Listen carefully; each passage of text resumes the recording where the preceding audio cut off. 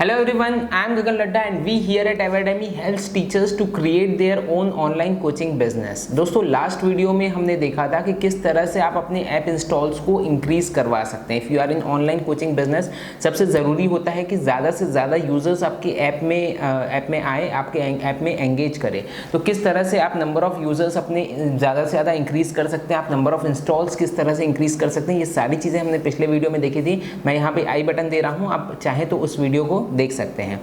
अगली जो स्टेप आती है दोस्तों, वो है कि इंस्टॉल के साथ साथ आपको अनइंस्टॉल्स भी चेक करने हैं, क्योंकि जब आप पेड एडवर्टाइजमेंट्स में जाते हैं देन आपके हर एक लीड का एक कॉस्ट एसोसिएटेड रहता है, आपके हर एक इंस्टॉल्स के साथ एक कॉस्ट एसोसिएटेड रहता है। तो उस कॉस्ट को आपको अगर कंट्रोल करना है तो बहुत ज़रूरी है कि आपको अपने अनइंस्टॉल्स को कम से कम रखने पड़ेंगे।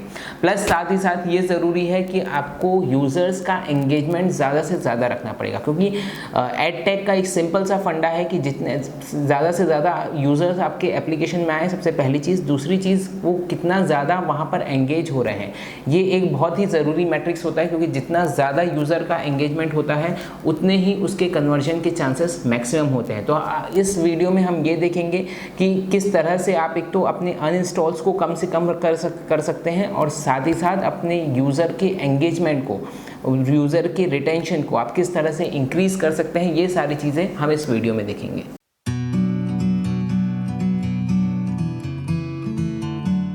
तो दोस्तों सबसे पहले तो ये देखते हैं कि आप अगर अपने नंबर ऑफ़ इंस्टॉल्स को कंट्रोल कर रहे हैं तो साथ ही साथ आपको नंबर ऑफ़ अनइंस्टॉल्स को भी कंट्रोल करना पड़ेगा। आप जब नंबर ऑफ़ इंस्टॉलेशंस में आप जब अपने पैसे इन्वेस्ट कर रहे हैं तो बहुत ज़रूरी फैक्टर है कि आपको नंबर ऑफ़ अनइंस्टॉल्स को कम करना पड़ेगा। तो इसको मैं एक छोटे से आपको फिगर्स के थ्रू, छोटे से मैट्रिक्स के थ्रू इस चीज़ को समझाऊंगा कि क्यों आखिर नंबर ऑफ़ अनइंस्टॉल्स को कंट्रोल करना और क्यों आखिर यूज़र्स को ज़्यादा से ज़्यादा एंगेज करके रखना अपने एप्लीकेशन में ज़रूरी है। तो दोस्तों एक रिसर्च में ये बात सामने आई है कि 90% ऑफ द यूजर्स, जितने लोग आपके ऐप इंस्टॉल्स कर रहे हैं उसमें से 90% जो है they uninstalls the application within 30 days of installation. 30 दिन के अंदर अंदर, एक एवरेज एप्लीकेशन की मैं बात कर रहा हूँ, with in 30 days 90% of users आपके ऐप को अनइंस्टॉल कर देते हैं। और ये बहुत बड़ा फिगर है, इसको आप इस तरह से समझिए। लेट सपोज आपके 100 ऐप इंस्टॉल्स हो रहे हैं और इसमें आपने स्पेंड किया है 1000 रुपीज़, आपने अपने डिजिटल मार्केटिंग प्रैक्टिसेस के थ्रू आपने स्पेंड किया है इसमें 1000 रुपीज़। मतलब पर ऐप इंस्टॉलेशन आपकी कॉस्ट जो पड़ेगी वो पड़ेगी अराउंड 10 रुपीज़। ठीक है, 1000 डिवाइड बाई 100, 10 रुपीज़ आपको एक इंस्टॉल के 10 रुपीज़ देने पड़ रहे हैं। अब ये फिगर क्या बोल रहा है कि 90% लोग आपके ऐप को अनइंस्टॉल कर देते हैं विद इन 30 डेज। मतलब जो इफेक्टिव यूज़र्स रहे, अब कितने रहे, ये 90 यूज़र्स आपने लूज़ कर दिया। इफेक्टिव यूज़र्स जो रहे वो 10 यूज़र्स रहे, बाकी के लोग ऐप को अनइंस्टॉल कर दिए हैं।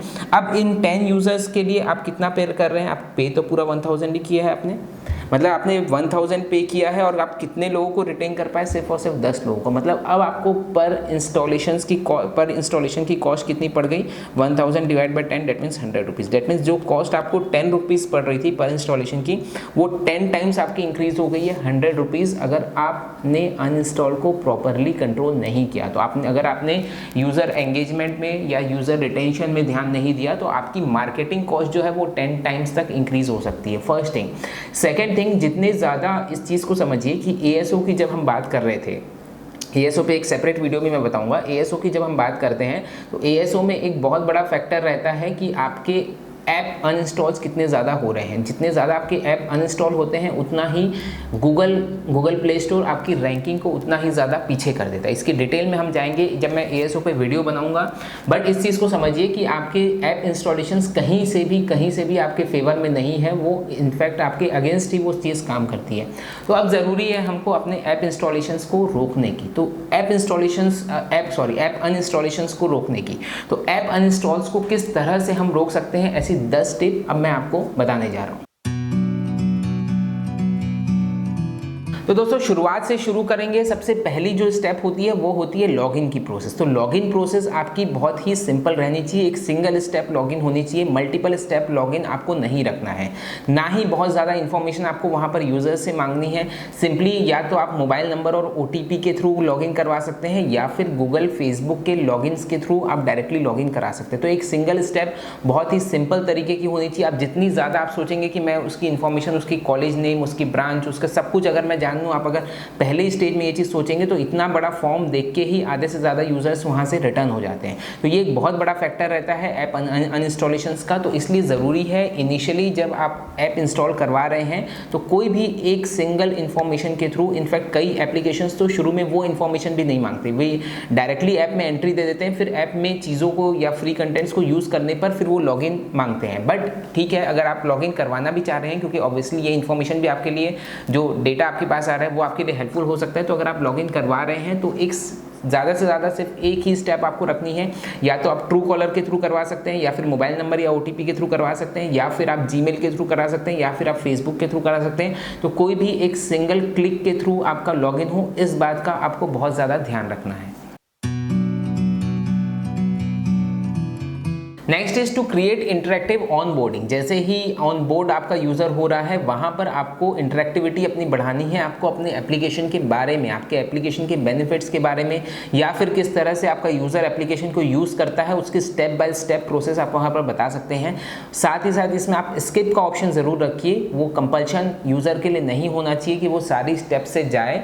इंस्टेड आप वहाँ पर स्किप का ऑप्शन रख सकते हैं कि अगर यूज़र चाहे तो वो डायरेक्टली उसको स्किप करके भी आगे बढ़ सकता है।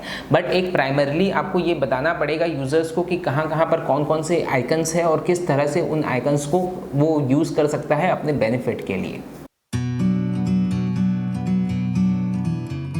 Next thing is to create a welcome video for the users. आप सबसे पहला जो वीडियो यूज़र अंदर उसके आते सीधा आपको जो पहला वीडियो उसको दिखना चाहिए, that should be the welcome video. और वो वीडियो में आप अपने एप्लीकेशन के बेनिफिट्स यूज़र्स के लिए बता सकते हैं कि यूज़र को क्या क्या बेनिफिट मिलेगा इस एप्लीकेशन को कंटिन्यूसली यूज़ करते रहने से। दूसरी चीज़, आप उसमें अपने एप्लीकेशन के फीचर्स को हाईलाइट कर सकते हैं, किस तरह से आपको कौन कौन से फीचर्स को किस किस तरह से यूज़र यूज़ कर सकता है, ये सारी चीज़ें आप उस वेलकम वीडियो में बता सकते हैं। इसके अलावा कुछ एक प्रिपरेशन रिलेटेड वीडियोस आप उसमें प्रोवाइड कर सकते हैं। जिस भी एग्जामिनेशन को टारगेट आपका यूज़र कर रहा है, उस एग्जामिनेशन की प्रिपरेशन किस तरह से कर सकते हैं, वो सारी चीज़ें आप उसमें बता सकते हैं। आप कौन कौन सी उसमें बुक्स अब उसको यूज़ करना पड़ेगा, कैसी उसकी स्ट्रेटेजी रहनी चाहिए, कैसा स्टडी प्लान रहना चाहिए, किस तरह का टाइम टेबल रहना चाहिए, ये सारी चीज़ें आप वहाँ पर उसको प्रोवाइड कर सकते हैं।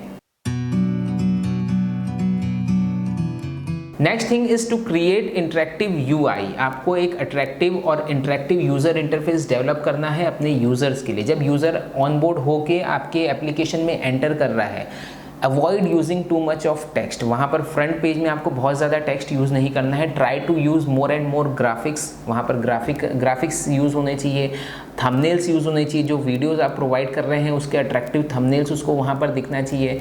जो भी चीज़ें आप प्रोवाइड कर रहे हैं उसको ग्राफिकल फॉर्म में या फिर पिक्टोरियल फॉर्म में आप उसको वहाँ पर प्रोवाइड कर रही है, रादर देन टेक्स्ट के फॉर्म में। दूसरी एक ज़रूरी चीज़ है, कई एजुकेशनल एप्लीकेशन में घुसते सीधा वहाँ पर स्टूडेंट के लिए बैच कोड मांगता है। तो इसके लिए जो आपके ऑलरेडी जो एग्जिस्टिंग स्टूडेंट्स हैं उनके लिए तो ठीक है, उनको बैच कोड पता रहता है। बट जो नए यूज़र्स आते हैं, बेसिकली अभी हमको टारगेट करना है नए यूज़र्स को और उनको एंगेज करके फिर उनको हमको कन्वर्ट करना है, ये हमारा मोटो होना चाहिए। तो जब नए यूज़र्स वहाँ पर आ रहे हैं, क्योंकि जो ऑलरेडी आपके यूज़र्स हैं वो तो सारी चीज़ें कहीं ना कहीं एक्सप्लोर करके उस चीज़ को ढूंढ लेंगे, बट जो नए यूज़र्स आ रहे हैं उनके लिए उनके हिसाब से आपको अपना यूज़र इंटरफेस डिज़ाइन करना है। सो रादर देन कि वहाँ पर फोल्डर्स रहे या फिर टेक्स्ट रहे या फिर इस टाइप की चीज़ें रहने से अच्छा है कि वहाँ पर आप डायरेक्टली जो फ्री कंटेंट्स या जो भी कुछ प्रोवाइड कर रहे हैं वो पिक्टोरियल फॉर्म में रहे, थंबनेल के फॉर्म में रहे, ग्राफिकल फॉर्म में रहे। तो एक अट्रैक्टिव UI आपके यूज़र्स के लिए मिलेगा जो कि उनके एंगेजमेंट में हेल्पफुल रहेगा।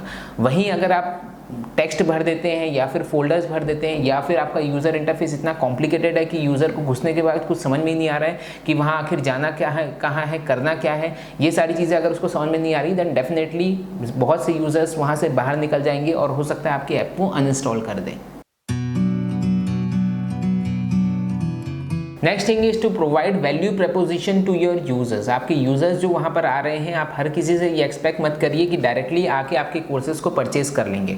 आपको पहले उनको एंगेज करके रखना है कुछ फ्री कंटेंट्स के थ्रू। आपको free of cost contents provide करने हैं and those content should add certain value to their preparation. उनकी प्रिपरेशन में उन कंटेंट्स की वैल्यू होनी चाहिए। ऐसा नहीं कि हमने सिर्फ और सिर्फ अपने प्रमोशनल कंटेंट्स ही वहाँ पर रखे। प्रॉपर आप जो भी टॉपिक प्रोवाइड कर रहे हैं उसको पूरा कंप्लीट टॉपिक प्रोवाइड करिए, साथ में उसके नोट्स प्रोवाइड करिए, टेस्ट प्रोवाइड करिए, क्विज प्रोवाइड करिए, प्रीवियस ईयर के पेपर्स आप उसमें प्रोवाइड कर सकते हैं, टेस्ट पेपर्स आप उसमें ज़्यादा से ज़्यादा प्रोवाइड कर सकते हैं। तो इन तरह की एक्टिविटीज़ से आप डायरेक्टली अपने यूज़र्स को एंगेज कर सकते हैं। बेसिकली इसमें हमको सोचना यही है कि हम जो भी, भले ही वो फ्री यूज़र रहे, लेकिन हम उसकी प्रिपरेशन में किस तरह से वैल्यू ऐड कर सकते हैं।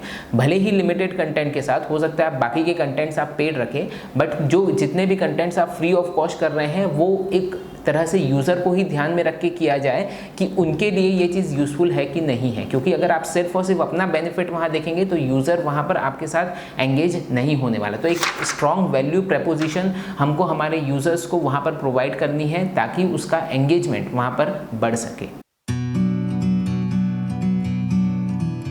Next thing is to take live sessions and webinars. ज़्यादा से ज़्यादा जितना हो सके लाइव सेशंस आप उसमें लीजिए, वेबिनार्स उसमें लीजिए, और उसके नोटिफिकेशंस आप उनको भेज सकते हैं डायरेक्टली। तो और कोशिश करिए जो भी आप फ्री लाइव सेशंस भेज रहे हैं वो बहुत इजी टू एक्सेस रहे आपके यूज़र्स के लिए। हो सके तो फ्रंट पेज में ही वो सारी चीज़ें एक्सेस कर सके कि जहाँ जब भी वो लाइव आना चाह रहा है, फ्रंट पेज में जैसे ही एंटर कर रहा है, जितने भी लाइव सेशंस है वो उसको वहाँ पर दिखने लगे। तो ये एक बहुत ही लाइव सेशंस और वेबिनार्स जो है ये आपके यूज़र की एक्टिविटीज़ को, उसके एंगेजमेंट को कई टाइम्स तक इंक्रीज कर सकता है।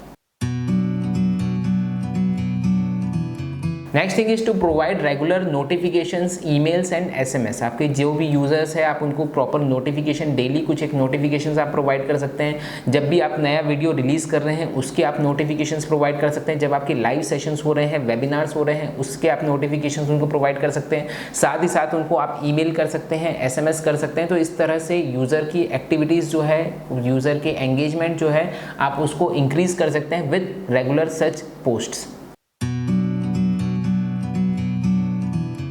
Next thing is to indicate regular progress of your users. जो भी यूजर्स आपके ऐप को यूज़ कर रहे हैं, whether they are paid users और फ्री यूजर्स, जो कंटेंट्स वो यूज़ कर रहे हैं उसका आपके पास पूरा बैकएंड पे रहना चाहिए कि किन किन यूजर्स ने आपके कितने आवर्स के कंटेंट्स यूज़ किए हैं, कौन कौन से उसने वीडियो देखा है, और उसके बेसिस में आप उनकी प्रोग्रेस रिपोर्ट उनको सेंड कर सकते हैं that you have completed this much videos, you are going good and you can improve your performance by giving this particular test। ये इस तरह की एक्टिविटीज से, इस तरह के ईमेल से या इस तरह के एसएमएस से आप उनके एंगेजमेंट एक्टिविटीज़ को कई गुना इंक्रीज कर सकते हैं।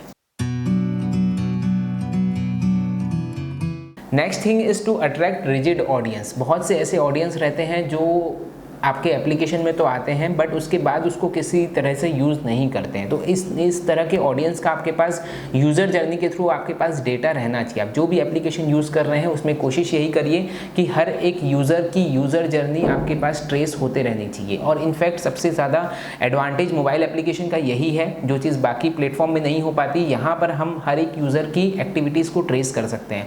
तो इसमें ऐसे यूज़र्स जो कि सिंपली डैशबोर्ड में आके वापस रिटर्न हो गए हैं, आपने उनको ट्रेस किया, then you can provide them with more interactive activities. आप उनको रेगुलरली मैसेज कर रहे हैं, नोटिफिकेशंस भेज रहे हैं that they must start consuming the free contents, start taking benefit of the free contents।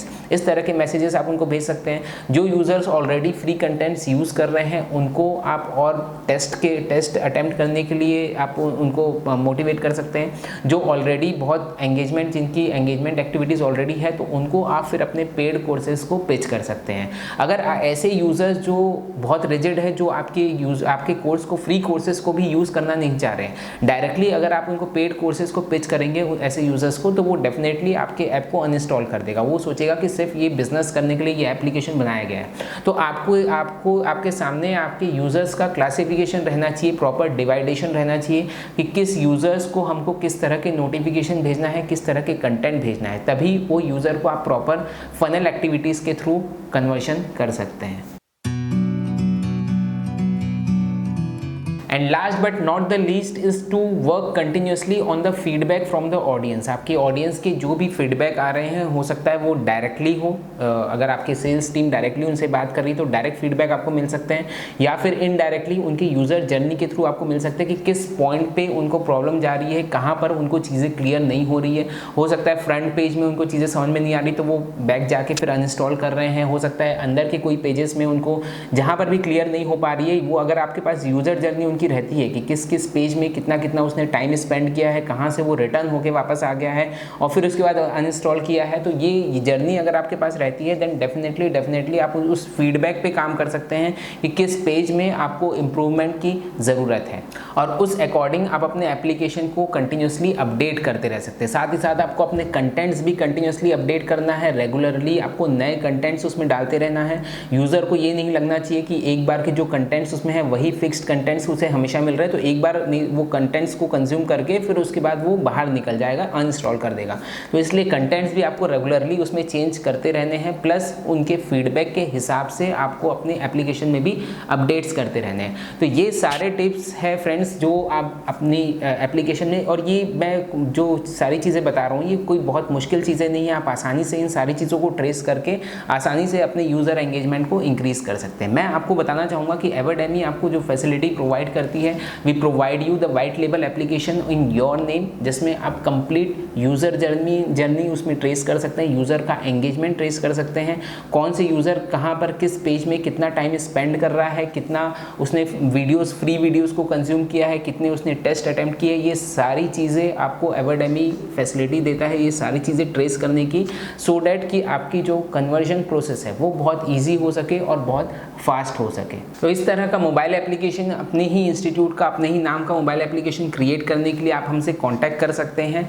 I hope ये वीडियो आपके लिए हेल्पफुल रहा होगा। अगर आपको ये वीडियो पसंद आया then please hit like button and share it with your friends. आपको अगर कोई क्वेरी है तो आप कमेंट बॉक्स में बिल्कुल कमेंट कर सकते हैं। I wish you all the very best. Thank you so much.